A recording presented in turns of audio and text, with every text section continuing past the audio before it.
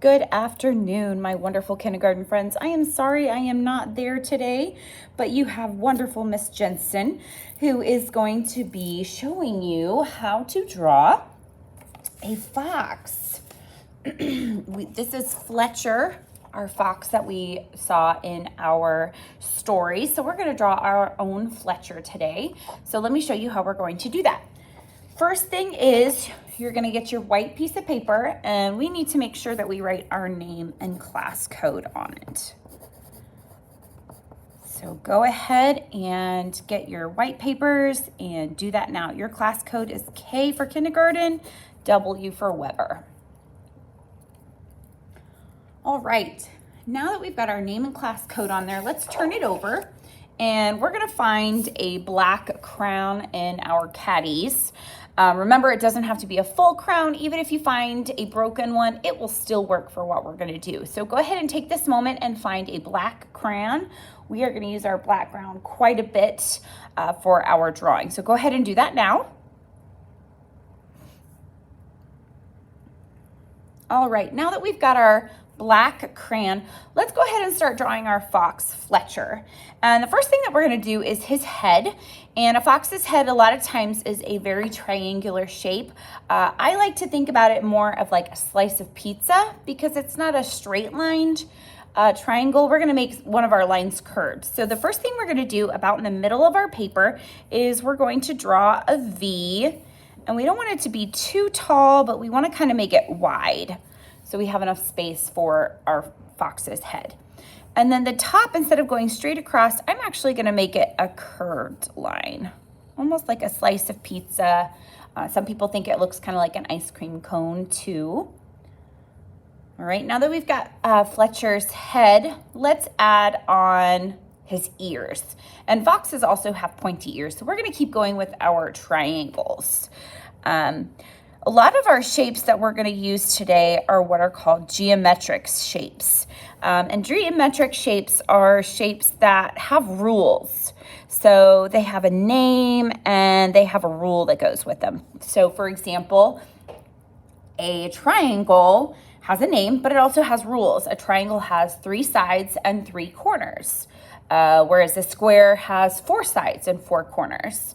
There's another type of shapes that are called organic shapes, and those shapes a lot of times have names, but they don't necessarily have rules. So for example, if I asked you to draw a flower shape, we would all have flowers, but all of our flower shapes would probably be a little bit different because flower shapes don't really have rules. Even if we all chose to draw the same kind of flower, they'd all be a little bit different. So there's 2 kinds of shapes. There's organic shapes that have names and geometric shapes that have names and rules. So we're using our geometric shapes today. So we've got our head and our ears that are triangles. Now we're going to switch and do some ovals and circles. And these are going to be for our fox's body. And we're not going to draw a complete circle starting at the point. We're actually going to come up a little bit and draw our circle. So that way it looks like Fletcher's head is sitting in front of his body. This is kind of an overlapping thing. So we're going to actually start a little bit up on our triangle here. And we're going to do a curved shape. I did mine as a circle. You could choose to do yours a little bit skinnier and do more of an oval. I guess my Fletcher, he's nice and plump and ready for winter. I don't know. Okay, so now that we've got a big circle for his body, foxes also have a white circle or a white patch on their belly. So we're gonna do a circle for that section. So we're gonna draw another circle right down here, okay?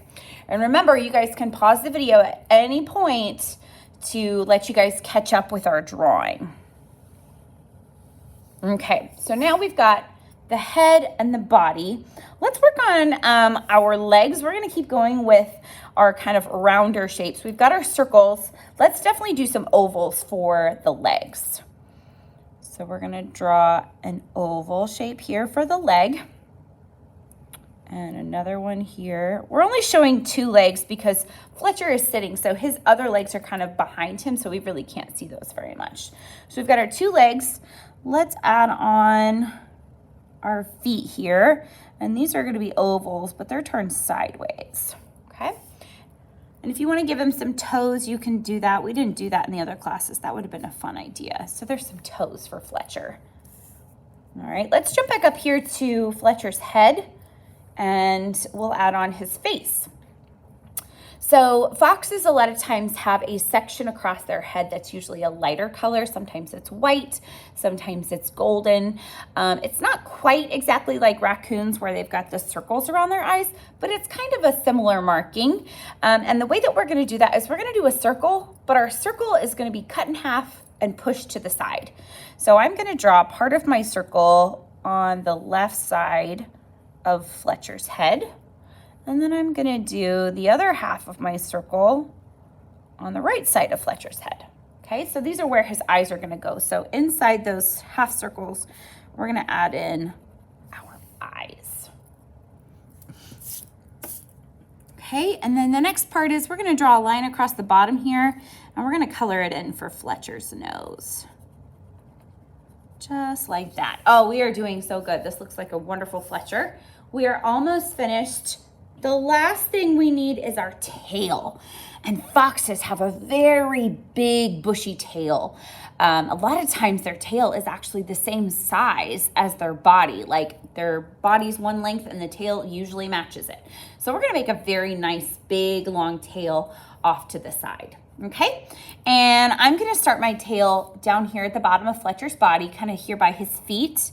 And this one is gonna be kind of like a curved line that's gonna go up, almost like a big hook line. So I'm gonna come out and then I'll curve it and then I'm gonna go all the way up to Fletcher's ears, maybe even a little bit past it. So I might actually go a little bit past, okay? Then at the top, we'll draw the other side of Fletcher's tail and it'll come down toward his body.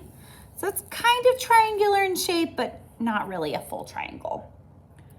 And the last thing about foxes is their tails, the tip of them are usually a different color. We're gonna make ours white. So we're gonna draw a line that goes straight across, okay? And that's gonna be where Fletcher's, the tail tip is gonna be.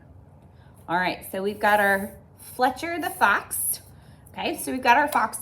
Before we start coloring though, let's add in the scene, the place where Fletcher's hanging out. Could be the forest, you could put his tree in there.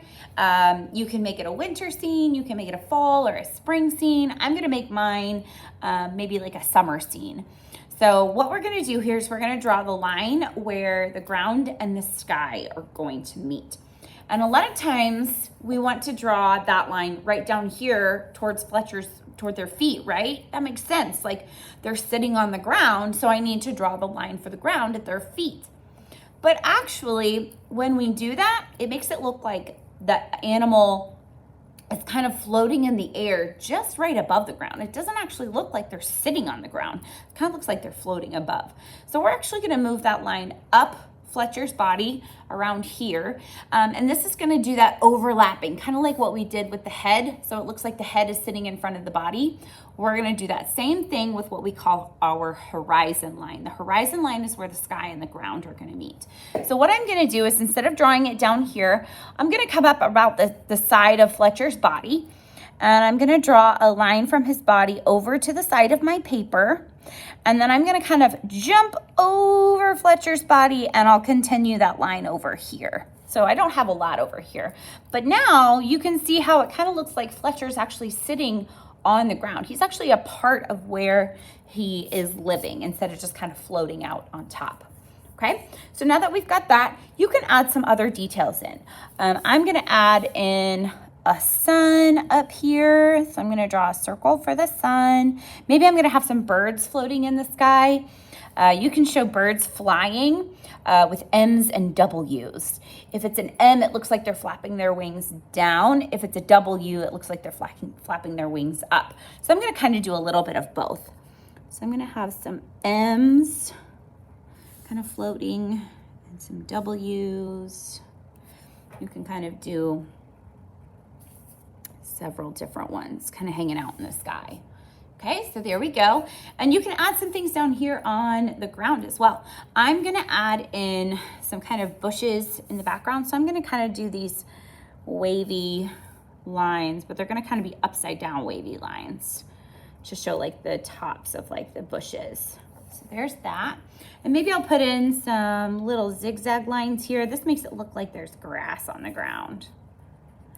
And I'll just kind of do a few all over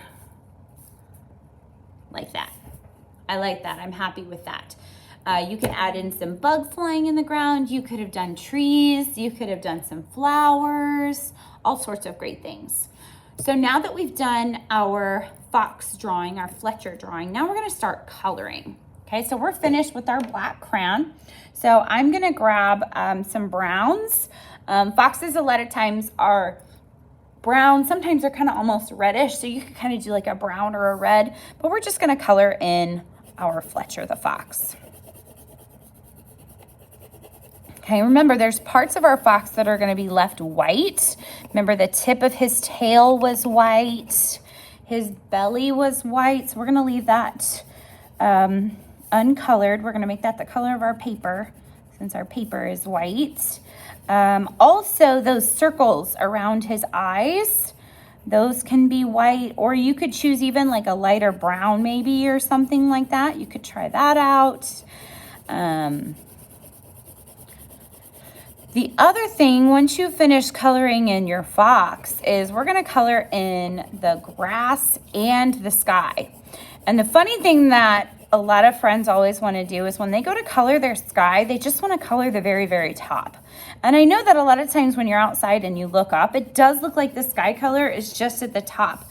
But when you're looking out, like way out in the distance, you can kind of see that that sky color goes all the way down to the ground.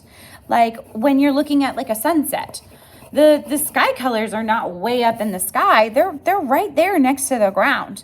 So when you color your sky, we're not just gonna color the very top of it blue. We're gonna color this whole sky area blue, okay? So make sure that your picture is nice and colorful. And we're gonna do our best to try to color inside the lines, right? We're gonna do our best craftsmanship. Craftsmanship is where you do your best and you try to make it look, you know, really neat and things like that instead of sloppy. Sloppy, there's a time to be sloppy, you know, if you gotta do something quick, but we got lots of time here, so we don't necessarily need to color sloppy and be quick. We got time, we can do our best coloring and try to fill things in and make things nice and bright and everything, because scribbling is easy. That's easy coloring. But here in the art room, sometimes we want to kind of push ourselves to do things that might be a little bit more challenging and difficult, and sometimes it can be one of those things like coloring. Coloring slowly and kind of thinking about where you're putting your crayon and everything, that kind of takes some time. So that can be a little bit challenging for some friends, but boy, does it make our pictures look really, really good when we are finished. Okay, so we're gonna do what we call craftsmanship, where we're really gonna do our best to try to stay inside of our lines and color the whole area the color that we're using. Okay. So that way, when we're finished coloring, we'll hopefully have something more like this, where we've got a nice colorful picture and it's all filled in and we've done our very, very best. I can't wait to see what you guys have colored, and I hope you enjoy our time drawing Fletcher the Fox. See you guys soon.